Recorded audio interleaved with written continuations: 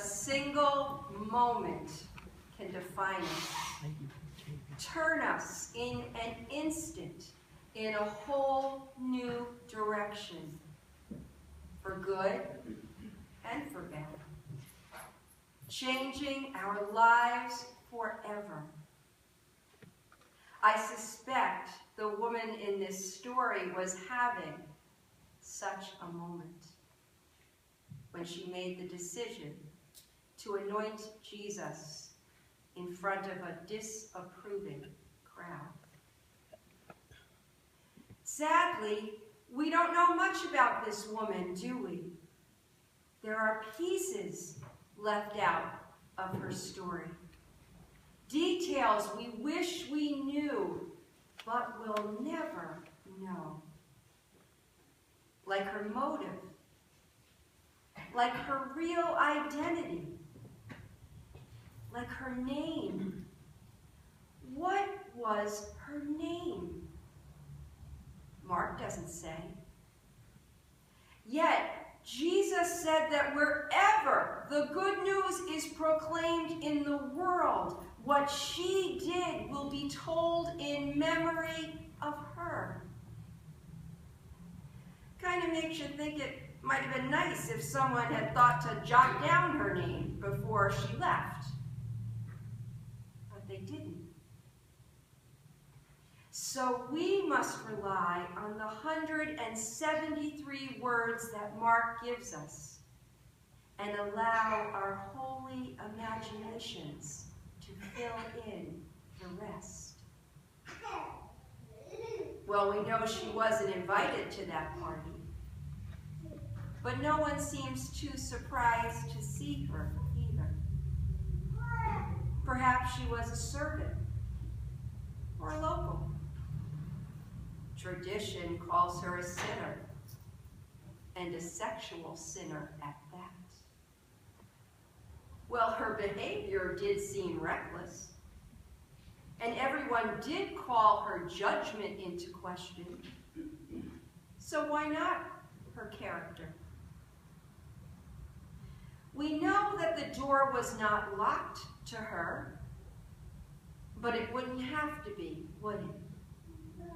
Women in Jesus' time knew their place, and their place was not at the table with men. Back then, knowing your place was perhaps the strongest lock they made. Still is today. Yet despite not being invited, despite the risk of ridicule, something draws her to Jesus. Something says, risk the shame, risk the uninvited arm of the host who just might yank you back out into the dark. What was it that told her that now was the time to act? Had Jesus healed her of something? Had he spoken to her? Had he looked into her eyes at some point and called her daughter or disciple even? Had he said, "Come, follow me"? Mark doesn't tell us that either. What did it feel like, I wonder, to pick up that perfume jar and head to Simon's house, to take the one thing that stood between you and poverty, you and the street, you and the people Jesus said the world would never be rid of, and give it all away? And why did she break the jar? She could have just opened it, poured a few drops, and everyone would have said, "My, what a beautiful act of devotion." Or she could have poured it all out, but saved the jar so it could be filled again. And everyone would have said, "My, how generous, how much love she has." But she broke it, so it could never be filled again. She broke the whole thing wide open, sparing nothing, in one extravagant gesture, intoxicating fragrance filling the room so that for a brief moment, heaven would feel like it had moved just a tiny bit closer to earth. The other gospel writer said that she cried, that the salty waters of her tears mixed with the scented oil as she anointed the head and feet of God, her hair gently drying his skin as if to prepare him in some way for the pain to come. What did she see in his eyes as she did that for him? What did he see in hers? A kindred spirit? A fellow servant like himself, giving everything he had and everything he was for love? Was this her ordination day? Woman with no name? Did you hear them scold you as you did it? Mock your offering? Who are you to feel so deeply? To express your love with such abandon? You embarrass us, woman. Look at you, touching, anointing, blessing. Who do you think you are? Well, we know who you are, even if we do not know your name. You are our four-sister, opening doors that others would rather we leave closed. Yes, Joshua, I'm preaching it. You are our worship leader, showing us how to pray through our tears. The pastor, teaching us how to love with abandon. The preacher, who did not require a single word to proclaim the gospel. And now it's our turn.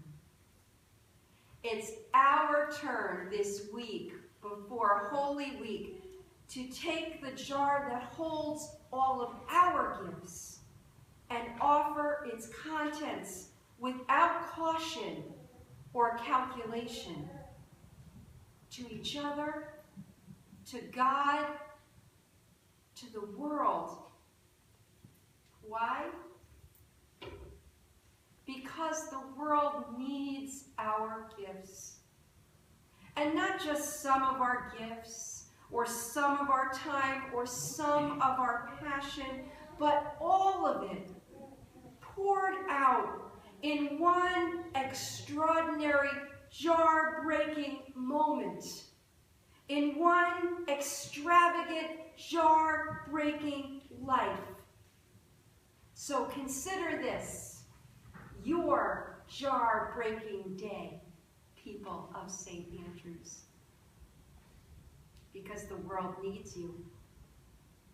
The world world needs Christians bold enough to go where they're not invited, into the streets and into the dark and into the slums, and love like you have never loved before.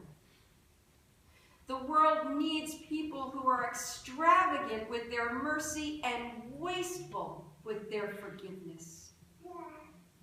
The world needs unself-conscious believers who will shout, "Jesus is risen," while the strong arm of what is polite and comfortable comes to escort us back to our seat and tell us to be quiet.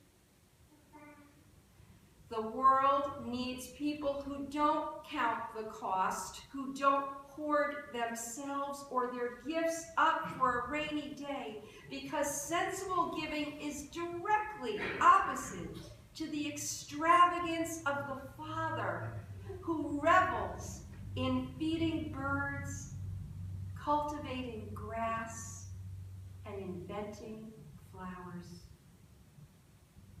This is our moment to offer with abandon the contents of our jar. Look inside. What do you see? The most precious thing you own? The thing that stands between you and poverty? The talent you have but do not share because you think it might not be good enough? The weight of some dead sin that you keep holding on to while God has forgotten it long ago? Or is it the heart that wants to love but is afraid of being rejected? Offer it now, today. And don't worry if the container breaks.